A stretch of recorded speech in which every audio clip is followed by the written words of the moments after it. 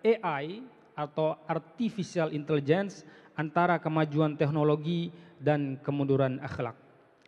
Sebelum beliau menyampaikan materi-materinya, mungkin kita semua sudah mengetahui bahwa kata al-ilmu di dalam Al-Quran itu sebanyak 105 kata. Tetapi menurut Profesor Quraish Shihab dengan berbagai macam derivasinya ada 850 sekian kata al-ilmu di dalam Al-Quranul Karim. Ini sebagai tanda bahwa Islam atau agama dengan ilmu pengetahuan merupakan sesuatu yang relevan atau sesuatu yang perlu ada pada kita sebagai umat manusia. Kesempatan pertama mungkin kami berikan kesempatan kepada Kiai Khalil Nafis untuk menyampaikan materinya. Kepada beliau kami persilakan.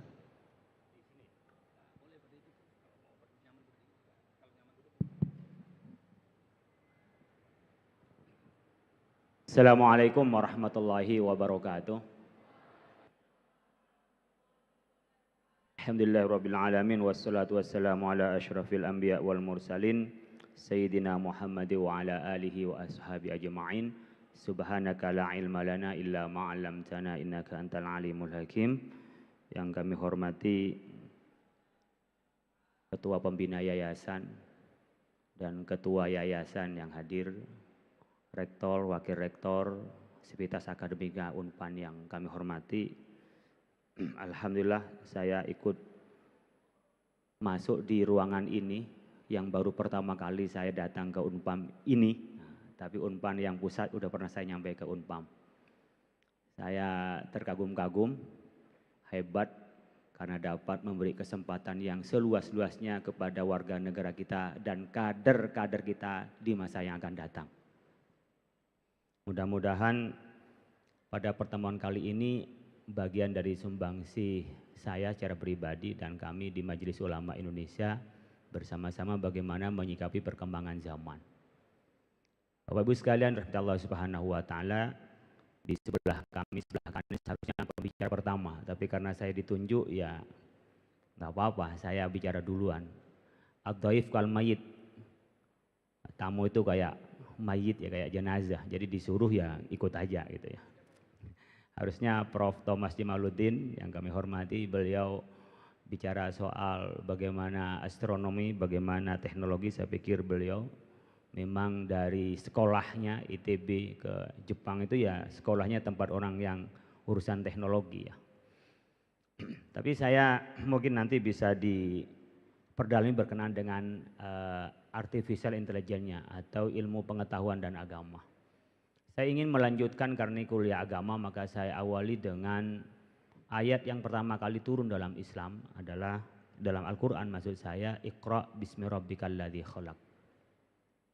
Khalaqal insana min 'alaq, Iqra wa rabbukal akram alladzi 'allama bil qalam. 'Allamal insana ma lam ya'lam. Saya ingin menjawab beberapa kali yang orang menuduh beragama itu anti intelektualitas. Beragama itu anti sains, beragama itu anti kemajuan. Saya yakin ini orang beragama yang salah di dalam memahami agama. Mungkin punya kesadaran agama tapi tidak cukup mempunyai ilmu agama. Kalau kita melihat di dalam ayat yang pertama itu Iqra membaca, karena pintu ilmu pengetahuan pasti membaca. Yang di dalam dunia akademik disebut dengan penelitian. Penelitian itu pasti membaca teori, membaca buku, sekaligus sudah membaca fenomena, observasi dan seterusnya. Dan di Al-Quran itu disebut dengan Bismi rabbikal ladzi khalaq, dengan menyebut nama Allah, khalaqal insana min 'alaq. Disebut itu tentang diri kita. Tentang diri kita, bagaimana diciptakan. Kita bisa ngerti nggak anatomi kita? Kita bisa paham nggak dengan tubuh kita? Yang sudah umur di atas 50 saya pikir sangat paham kok. Ya, kita makan salah dikit itu sudah terasa lambung perih gitu ya. Itu yang sudah tua-tua nih. Kalau yang muda-muda nggak terasa, makan apa nggak terasa. Kalau di atas 50 tahun, 55 tahun itu udah terasa. Makan durian lebih dari 3 biji aja udah terasa. Jadi kalau dulu masih muda itu pengen makan durian karena nggak punya duit nggak makan durian. Sekarang udah punya duit mau makan durian tapi fisiknya nggak kuat makan durian juga.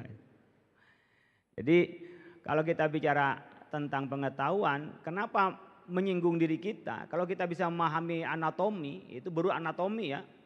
Belum masalah kejiwaan kita, rohani kita. Khalaqal insana min alaq. Membaca tentang fenomena diri kita.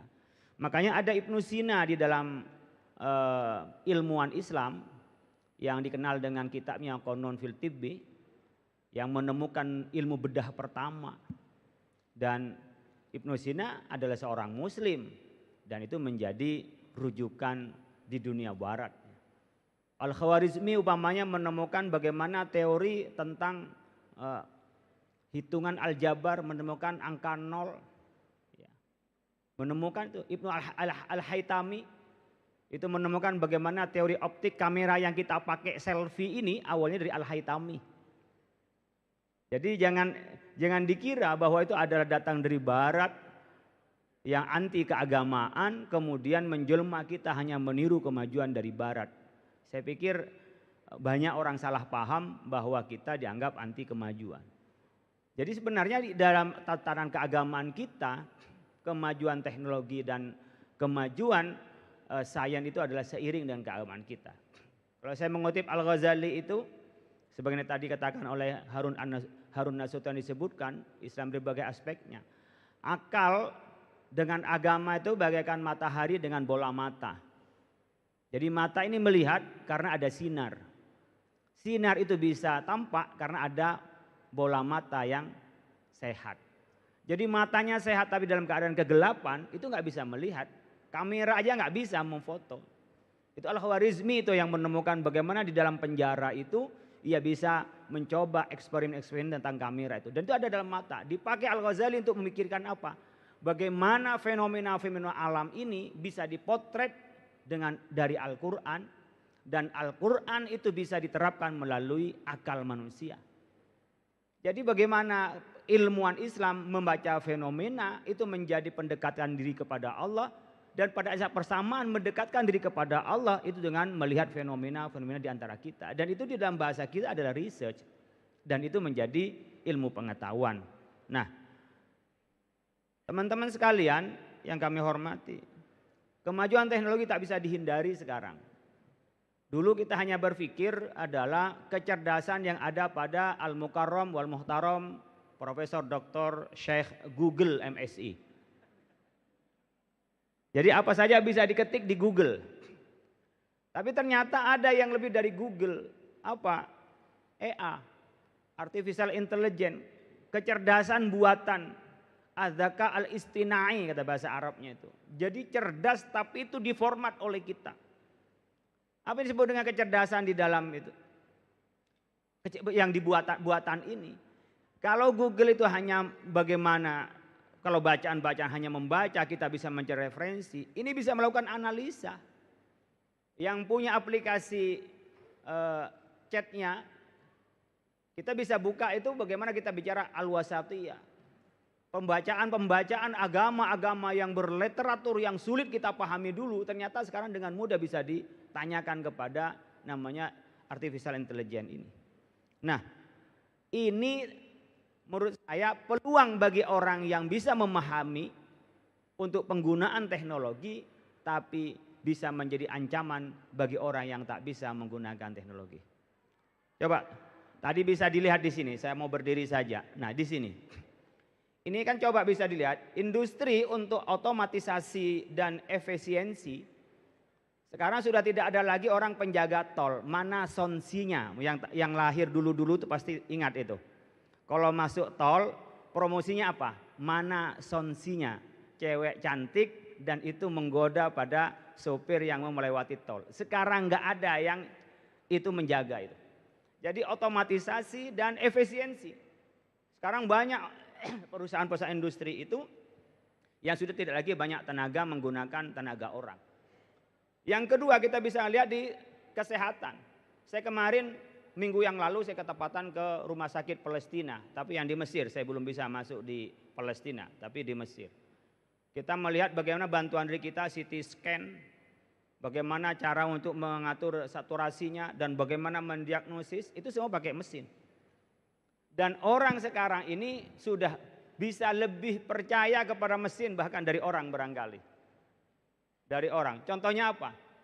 Kalau saya di kampus atau di sekolah itu, kalau bayaran SPP itu terlambat 3 jam bahkan 2 hari, itu masih dimaafkan, bahkan bisa ditulis ke depan waktunya.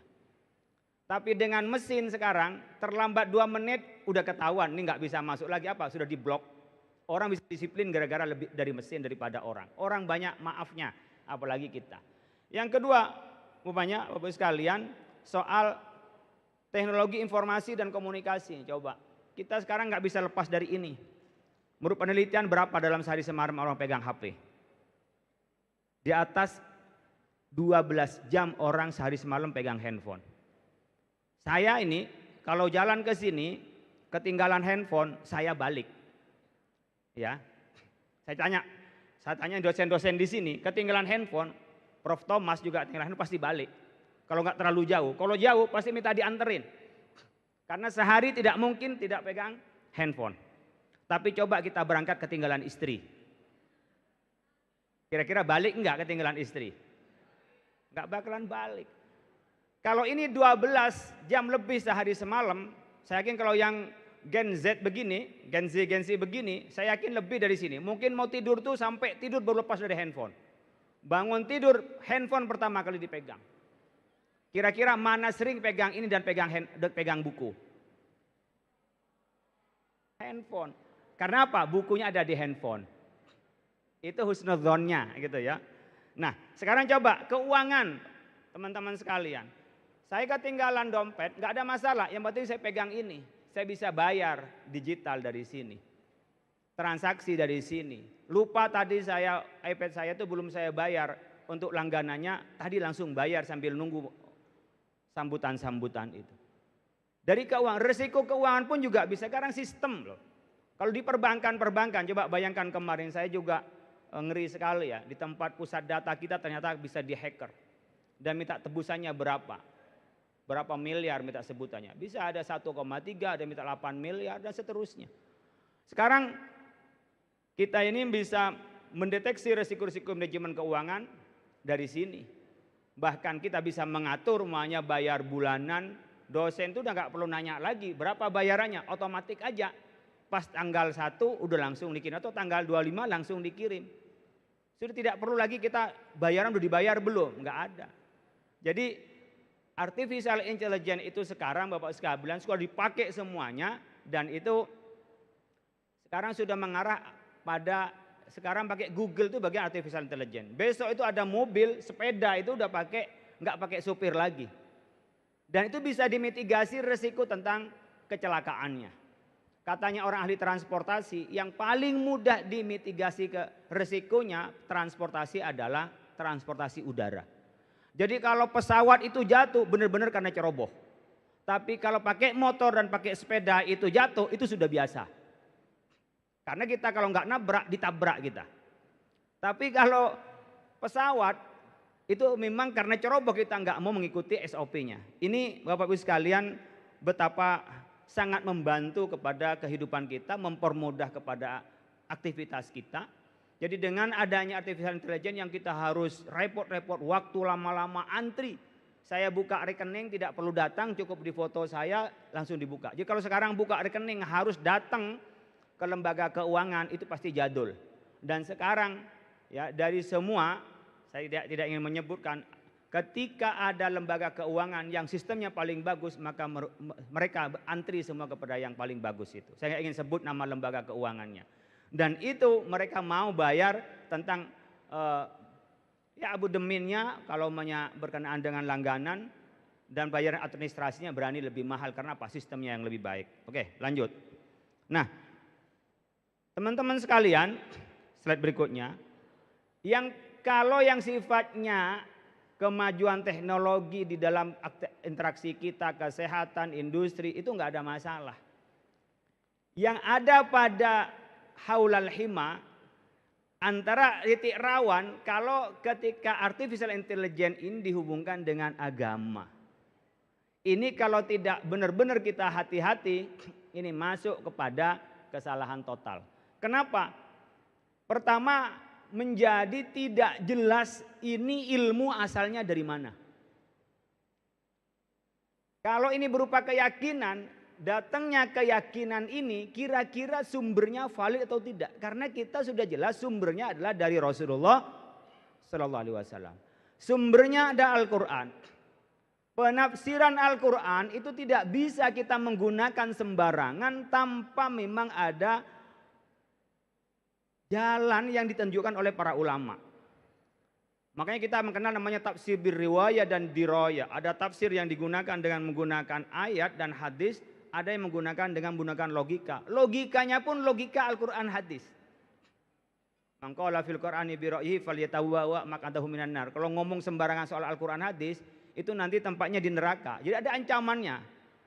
Sementara artificial intelligence ini, Bapak Ibu sekalian, itu tuh bisa nafsirkan sesuai dengan olahannya artificial tanpa pakai sopan santun. Nggak usah pakai ewu.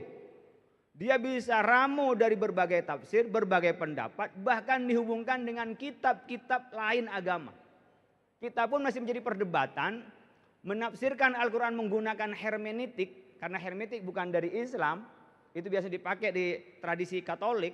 Kami punya usul fikih, kami punya balaghah, maka kami sebagian ulama, keputusan Nahdlatul Ulama yang tahun 96 itu di Surabaya belum bisa dan tidak menerima terhadap penafsiran Al-Quran menggunakan hermeneutik.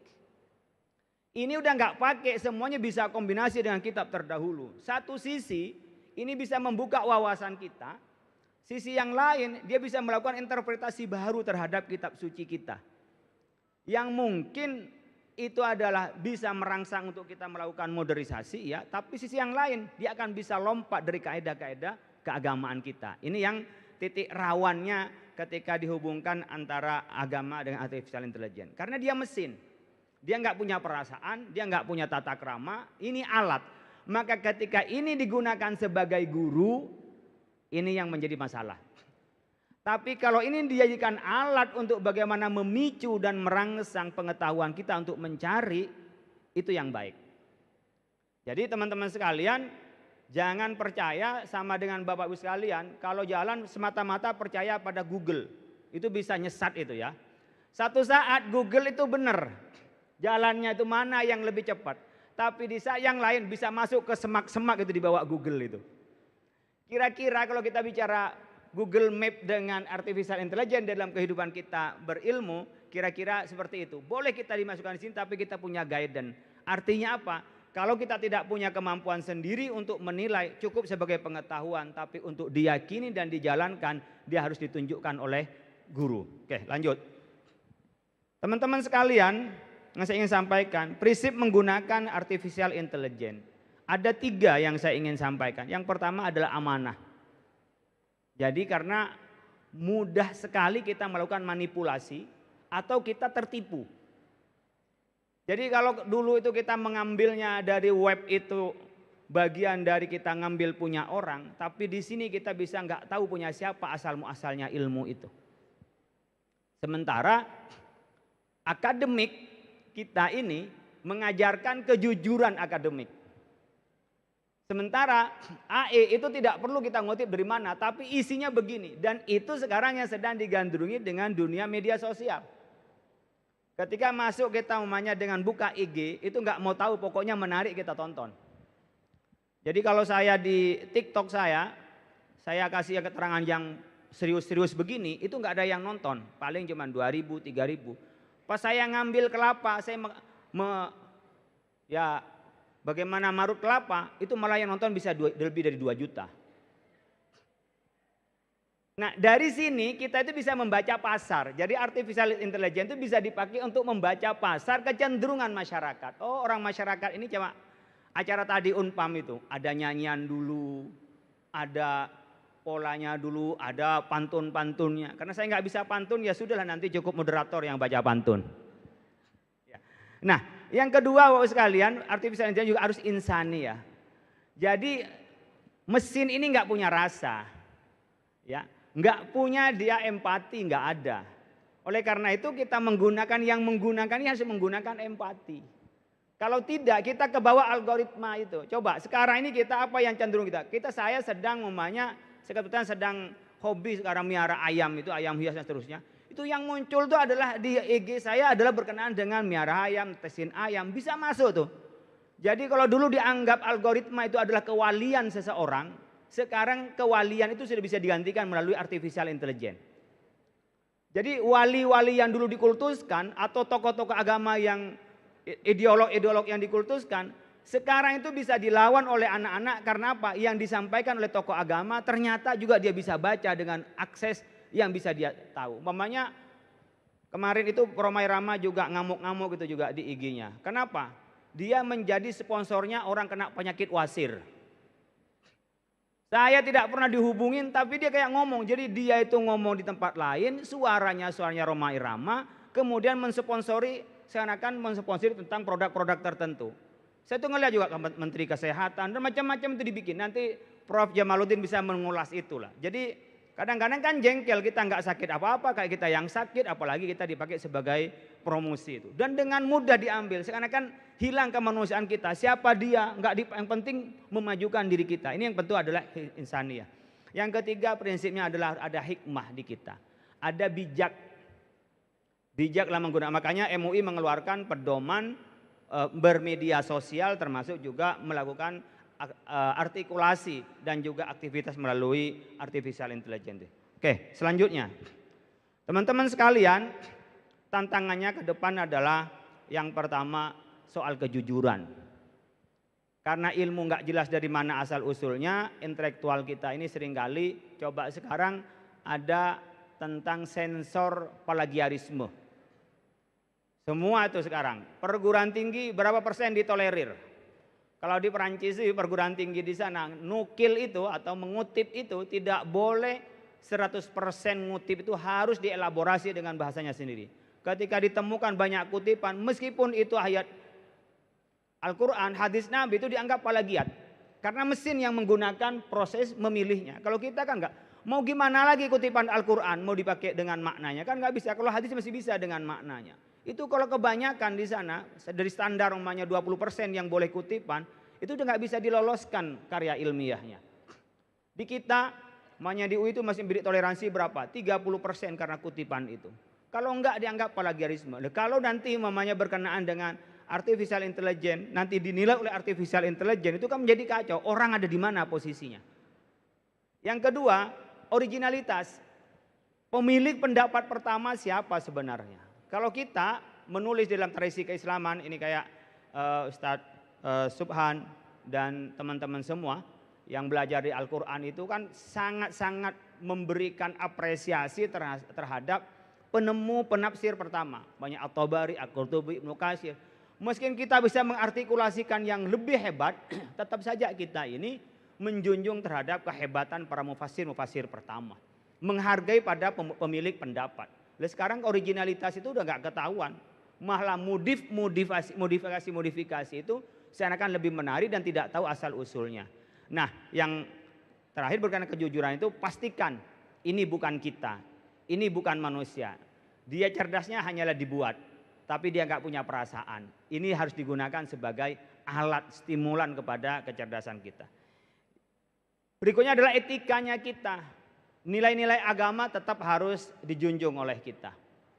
Apa yang menjadi ghibah, apa yang menjadi fitnah, apa yang menjadi penyesatan, itu harus jelas. Tidak asal menyampaikan, tidak asal menerangkan ya. Kemudian nilai sosial di tengah-tengah kita, hargailah bagaimana orang-orang yang harus berinteraksi dengan kita. Nilai kebebasan. Kebebasan kita juga dibatasi oleh kebebasan orang lain. Hurriyatul syakhsi mahdudatun bi hurriyatil ghairi. Jangan sampai karena atas nama kebebasan pribadi kemudian kita menggunakan artificial intelligence ini hanya untuk menghancurkan atau merendahkan yang lain. Kemudian yang paling penting juga, apakah ada kesantunan Pak? Di situ juga kita dituntut. Karena pasti artificial intelligence tidak ada kesantunan. Nah, kalau ini bisa dipegang, kemajuan-kemajuan teknologi itu menjadi paralel penunjang terhadap keyakinan beragama. Kemudian agama kita itu menjadi realistis karena itu tahu terhadap perkembangan zaman. Jangan dipisah. Kita sebenarnya sangat senang ketika proses di Unpam tadi ada yel-yelnya adalah makin religius, makin humanis. Penting menurut saya kayak gini. Kenapa? Karena seringkali orang yang belajar umum itu tak mau urusan dengan agama. Orang-orang yang menekuni ilmu agama tidak mau urusan dengan umum. Dan ini sudah terjadi di kita di Indonesia dulu-dulunya sebelum reformasi. Orang yang belajar ilmu umum itu ngaji nggak bisa.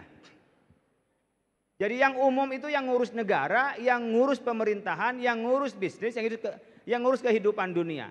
Orang yang jurusan agama urusannya tahlil, urusan kematian. Baru belakang ini ada kesadaran ekonomi syariah. Oh, sudah mulai ada kesadaran syariah dihubungkan dengan ekonomi. Kemudian juga ada kesehatan, juga ada dihubungkan dengan keagamaan. Ini harus terintegrasi dalam diri kita. Kita ini terbawa oleh pemecahan oleh Belanda, Kementerian Agama, Kementerian Pendidikan. Kementerian Agama di kutub sana urusan akhirat, urusan kematian. Kementerian Pendidikan itulah yang akan mengurus nanti soal negara dan pemerintah. Alhamdulillah sekarang terelaborasi, orang-orang yang di SMP, SMA itu mempelajari agama, orang-orang yang di agama sekarang juga belajar umum, tidak sedikit juga lulusan pesantren yang belajar teknologi. Saya mencoba ini, mungkin mirip juga dengan Unpam, pesantren saya Cendekia Amanah itu sekolahnya SMP, SMA, saya mau adalahkan ke pesantren, kurikulumnya SMP, SMA, tapi saya pastikan bisa hafal Al-Quran, saya pastikan bisa baca kitab kuning. Sehingga dua ilmu itu tidak dibikin kutub yang bertentangan, tapi harus sama. Mungkin sama, sains, teknologi itu harus paralel dengan agama, seperti Iqra bismi rabbikal ladzi khalaq, khalaqal insana min alaq. Jadi dari kita membaca menyebut nama Allah, saat yang bersamaan kita juga bagaimana membaca makhluk-makhluk Allah untuk mengerti, memahami bagaimana kita ini sebagai hamba Allah dan mendekatkan diri kepada Allah. Slide terakhir, Bapak Ibu sekalian, peran kaum intelektual ulama kita ini, adik-adik adalah calon pengganti dari Prof. Thomas, pasti ada masanya dan pasti ada waktunya. Yang akan mengganti adalah generasi-generasi yang hadir di tempat ini, baik yang luring maupun yang daring, baik yang hadir in maupun yang hadir out, hadirin dan hadirat.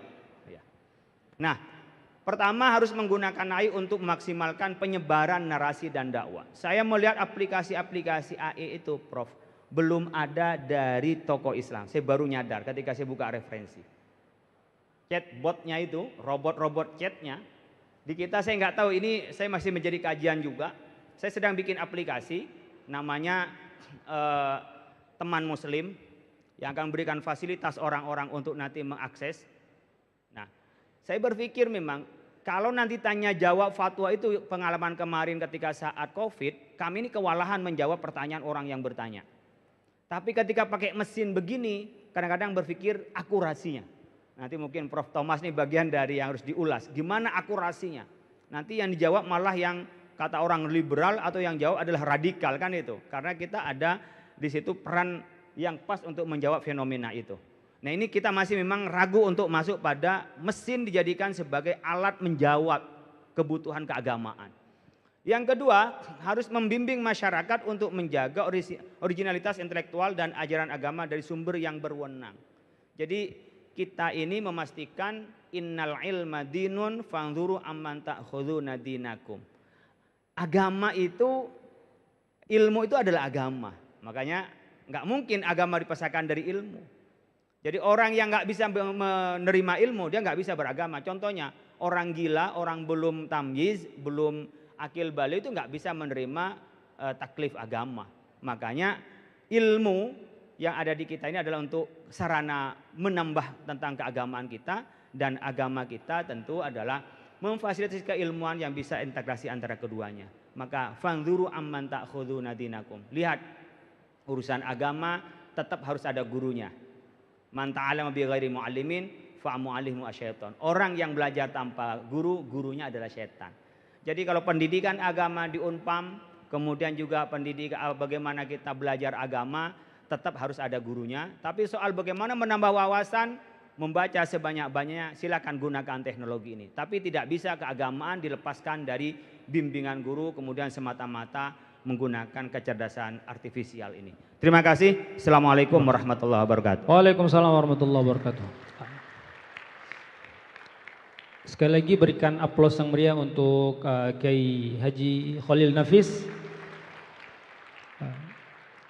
Jadi kawan-kawan sekalian, jadi kami pastikan, panitia dapat pastikan bahwa materi yang akan disampaikan oleh dua narasumber ini merupakan materi yang belum pernah didengarkan dimanapun. Maka pastikan kalian semua untuk tetap stay di sini, mendengarkan, memperhatikan dengan seksama. Mudah-mudahan kita memperoleh kebermanfaatan dari materi yang akan disampaikan. Kita juga mengingat makalahnya Imam Syafi'i bahwa barang siapa yang tidak merasakan sulitnya belajar, maka dia akan merasakan pahitnya kebodohan. Oleh karena itu, kita dalam posisi belajar pasti bersusah payah, capek, letih dan sebagainya. Tetapi dengan letihnya ini akan kita bayar dengan kepintaran, dengan pemahaman kita yang luar biasa. Selanjutnya mungkin materi akan kita berikan kepada Prof. Thomas Jamaluddin terkait dengan AI ini, Prof, bahwa sudah sama-sama kita ketahui bersama bahwa menurut data dalam data box bahwa masyarakat Indonesia merupakan masyarakat urutan ketiga di dunia pengunjung AI tahun 2023, yaitu sebanyak 1,4 miliar. Di bawah Amerika 5,5 miliar, kemudian India 2,1 miliar pengunjung AI pada tahun 2023. Indonesia ada pada urutan ketiga yaitu sebanyak 1,4 miliar terkait dengan AI. Ini menandakan bahwa masyarakat Indonesia benar-benar menggunakan teknologi ini, Prof. Dan sebaiknya bagaimana kita semua masyarakat atau mahasiswa Universitas Pamulang dapat menggunakan teknologi ini agar teknologi ini dapat memberikan kebermanfaatan buat kita semua. Kepada panjenengan Prof. Thomas Jamaluddin, waktu dan tempat kami persilakan.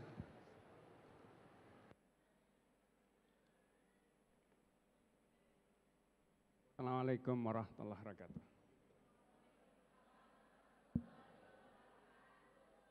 Alhamdulillah, alhamdulilladzi arsala rasulahu bil huda wa dinil haq lidzir ala dini kullih wa kafa billahi syahida. Asyhadu an la ilaha illallah wa asyhadu anna Muhammadan abduhu wa rasuluh. Allahumma shalli ala Muhammad wa ala ali Muhammad. Pembina yayasan dan ketua yayasan, demikian juga jajaran struktural Universitas Pamulang, para dosen, para mahasiswa. Alhamdulillah pada hari ini saya baru pertama kali acara kampus dihadiri sekian banyak mahasiswa dan juga yang hadir secara online.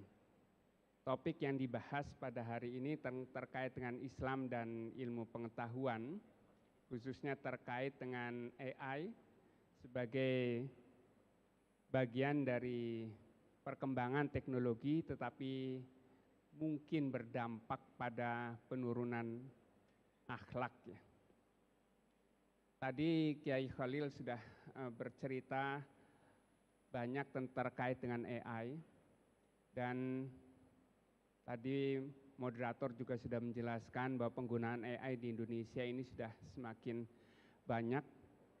Tentu teknologi ini ada nilai positifnya tetapi banyak juga nilai negatif yang perlu diwaspadai, tadi sudah dijelaskannya.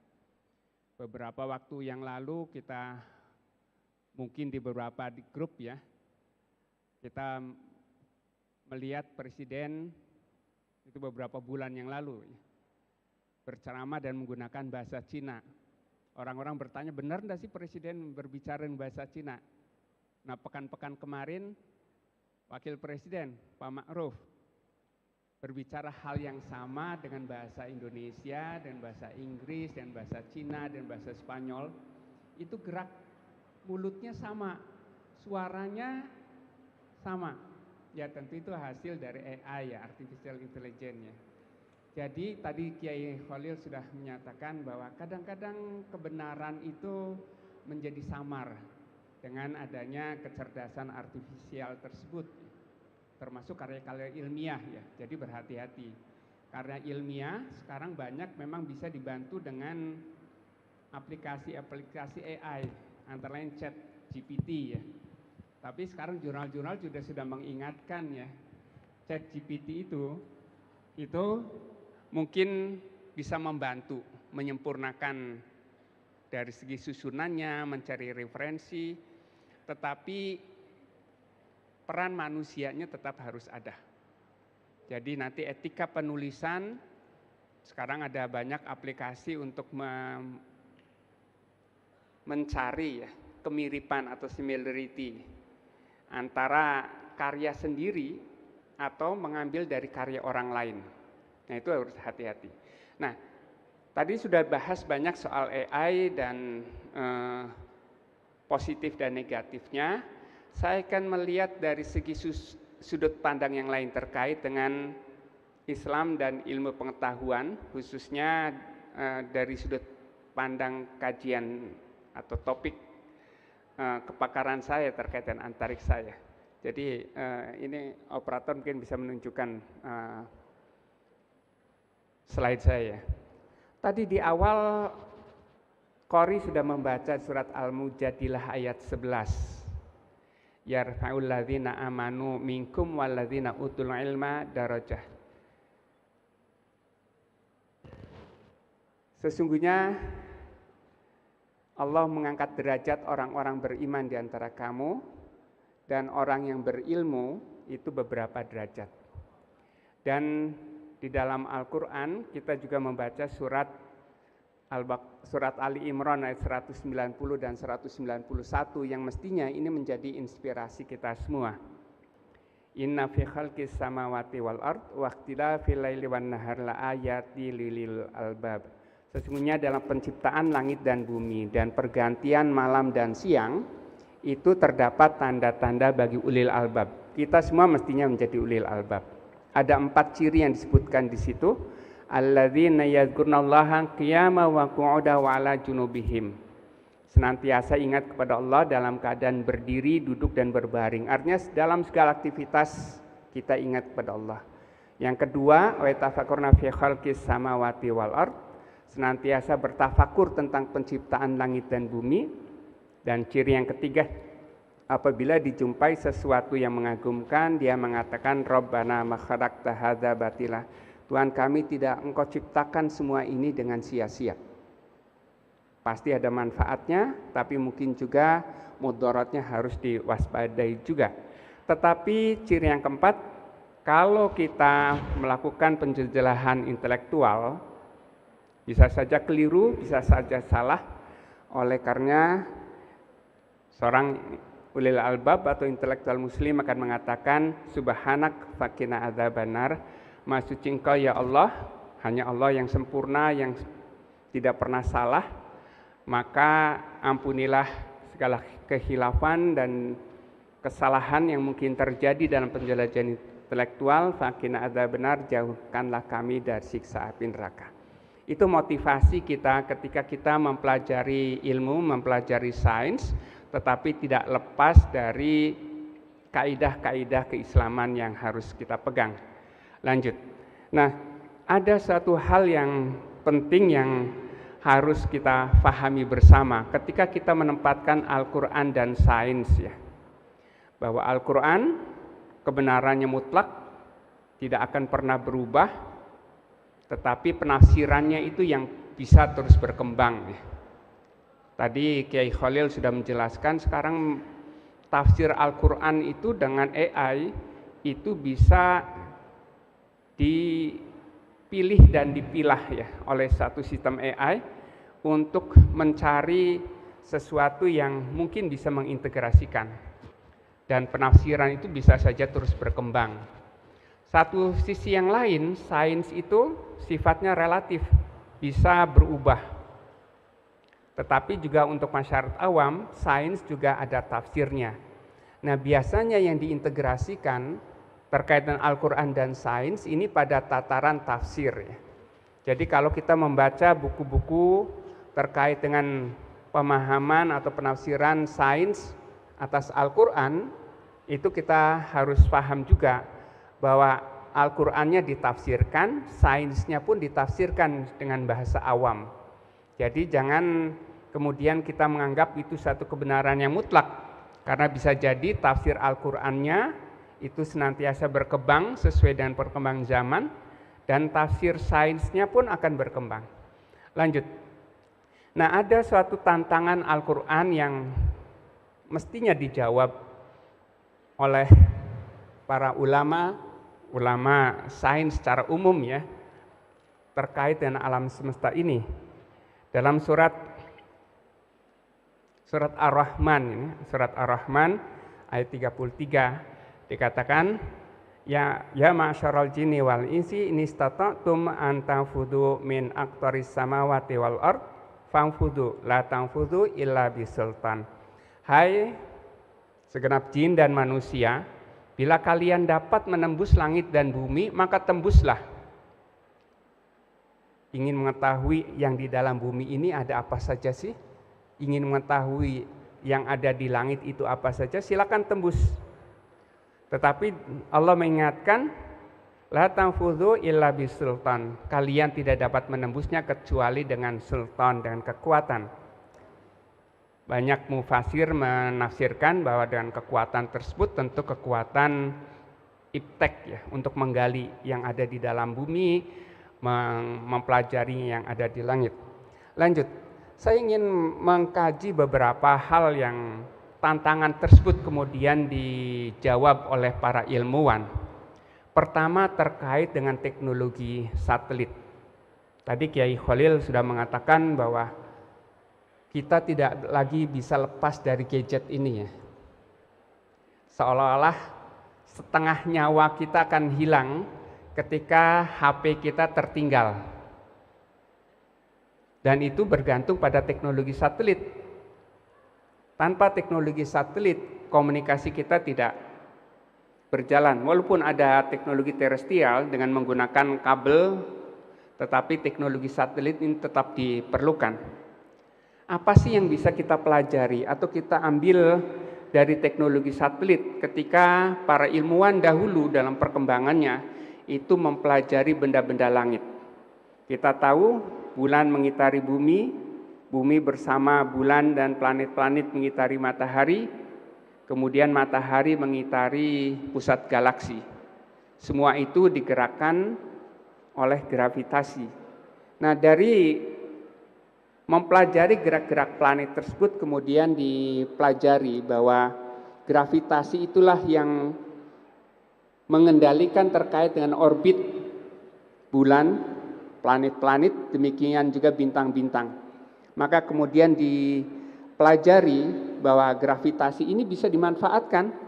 Kalau kita melempar batu, maka jatuhnya hanya beberapa meter. Tapi kalau kita menggunakan pelontar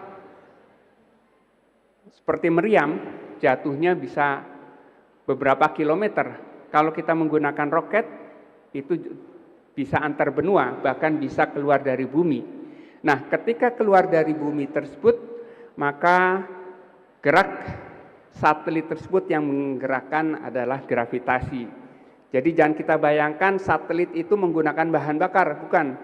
Tetapi satelit mengitari bumi, kemudian dimanfaatkan untuk penginderaan jauh, seperti Google Map, Google Earth, dan juga untuk komunikasi, itu menggunakan satelit. Nah, gerak satelit ini itu dengan gravitasi. Dan gerak satelit mengitari bumi ini juga dimanfaatkan juga untuk menempatkan satelit-satelit penginderaan jauh, satelit komunikasi, kemudian satelit navigasi yang saat ini sudah sangat memudahkan kita. Kita tidak tahu ini lokasi Universitas Pamulang. Kita bisa menggunakan panduan dari Google Map. Google Map itu di posisi kita selama bergerak itu dengan GPS ya, dibantu dengan satelit navigasi. Nah, lanjut, satelit ini juga bukan hanya untuk mengitari bumi, tapi juga tahun 1969-1970 itu sudah dikembangkan teknologi untuk berkunjung ke bulan. Jadi kalau ada yang mengatakan bahwa astronot berkunjung ke bulan itu dianggap sebagai hoax, itu tidak mungkin ya. Tidak mungkin ilmuwan seluruh dunia dibohongi oleh Amerika. Jadi betul astronot mendarat di bulan dan itu teknologinya dipelajari dari mekanika benda langit untuk bisa meluncurkan Apollo ke bulan. Dan ketika meluncurkan Apollo ke bulan, jangan dibayangkan itu bahan bakarnya terus menyala, roket itu terus menyala. Itu tidak akan cukup bahan bakarnya. Tetapi yang dilakukan adalah menempatkan Apollo tersebut pada orbit tertentu, kemudian dia dengan gravitasi bumi dia akan mengitari, kemudian nanti pada titik tertentu roket dinyalakan lagi, kemudian mengarah pada orbit yang lebih tinggi lagi dan akhirnya sampai ke orbit bulan, kemudian roket dinyalakan lagi untuk pengereman dan akhirnya mendarat di bulan. Nah, untuk pulangnya pun dengan cara yang sama seperti itu. Lanjut. Dan itu bukan hanya ke bulan, tetapi wahana-wahana antariksa juga dikirimkan ke planet-planet yang lain. Bisa lihat di slide berikutnya. Ini misi ke planet-planet di luar bumi itu dengan cara yang sama ya. Bisa lihat di slide yang berikutnya. Dengan ke planet Mars, ke planet yang jauh ke Jupiter dan seterusnya, itu dengan memanfaatkan pengetahuan terkait dengan mekanika atau dinamika orbit. Lanjut slide-nya. Nah, para mahasiswa dan juga para dosen, ada hal yang slide-nya bisa ditunjukkan. Nah, ini contoh penerbangan menuju planet Mars ya. Dan ini pun sama. Ketika akan berkunjung ke planet Mars, itu wahana antariksa itu mengorbit bumi, kemudian nanti pada titik tertentu itu roketnya dinyalakan, kemudian akhirnya ke bulan atau ke planet Mars ya. Banyak hal yang bisa kita pelajari dari tantangan Al-Quran ini. Ya ma'syaral jinni wal insi, hai jin dan manusia, kalau kalian sanggup menembus langit dan bumi, maka tembuslah. Lantang fudu illa bisultan, tidaklah kalian sanggup kecuali dengan sultan, dengan ilmu. Dan ilmu inilah yang bisa kita jadi pegangan, dan dengan ilmu tersebut dalam surat Al-Mujadilah itu disebutkan bahwa orang yang beriman di antara kalian dan orang yang berilmu, ulama, itu akan dinaikkan derajatnya beberapa derajat. Ini karena waktunya sudah terbatas, tidak seluruh aspek terkait dengan hubungan antara Islam dan ilmu pengetahuan ini bisa dibahas, tapi satu sisi yang ingin saya sampaikan bahwa kita mempelajari alam semesta ini itu juga banyak membantu kita untuk memahami Al-Qur'annya. Banyak sekali ayat-ayat di dalam Al-Qur'an itu yang menjelaskan terkait dengan alam semesta, itu bisa dibantu dengan pengetahuan kita terkait dengan sains, sehingga pemahaman kita terkait dengan Al-Qur'an itu menjadi lebih lengkap ya. Ini saya sebut beberapa contoh saja ya. Dalam Al-Quran sering disebutkan sab'a samawat, 7 langit. Apakah maknanya langit itu 7?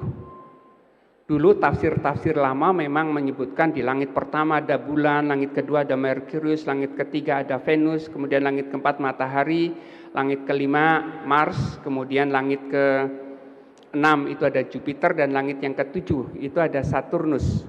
Itu yang kemudian dikaitkan dengan penamaan hari-hari ya.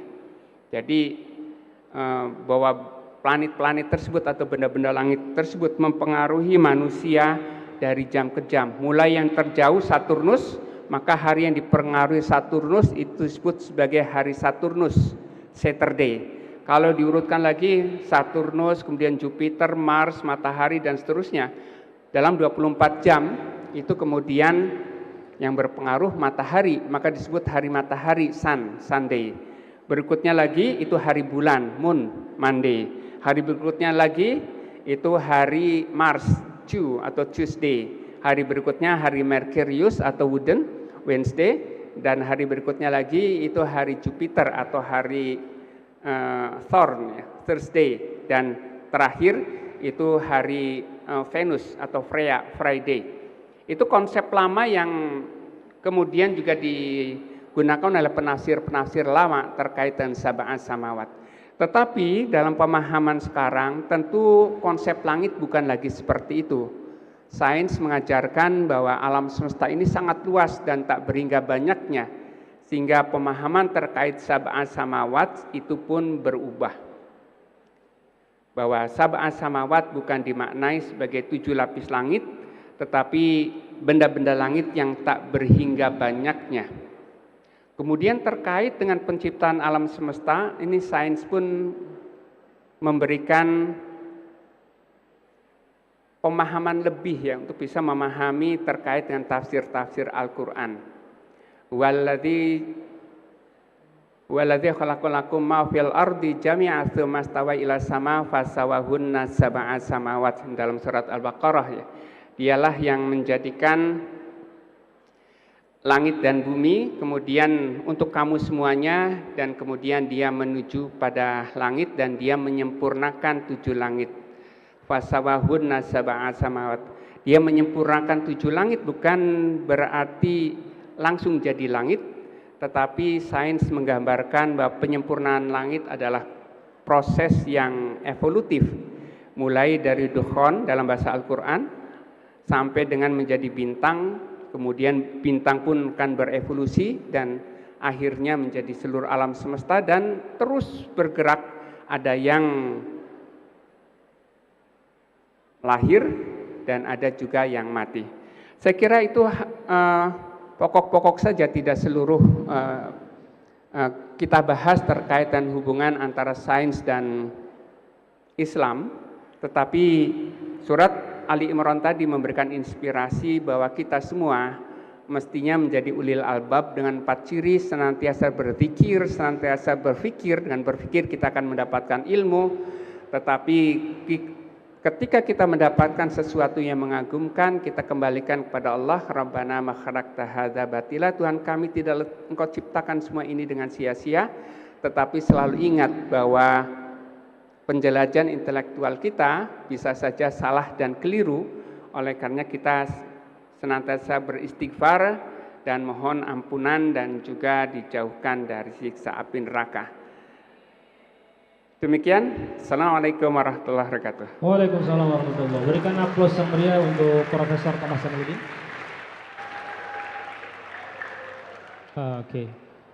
Oke, kawan-kawan sekalian, sekali lagi kami mengingatkan bahwa nanti akan untuk dapatkan sertifikat maka ada absen keluar. Maka kami ingatkan untuk tidak meninggalkan ruangan terlebih dahulu.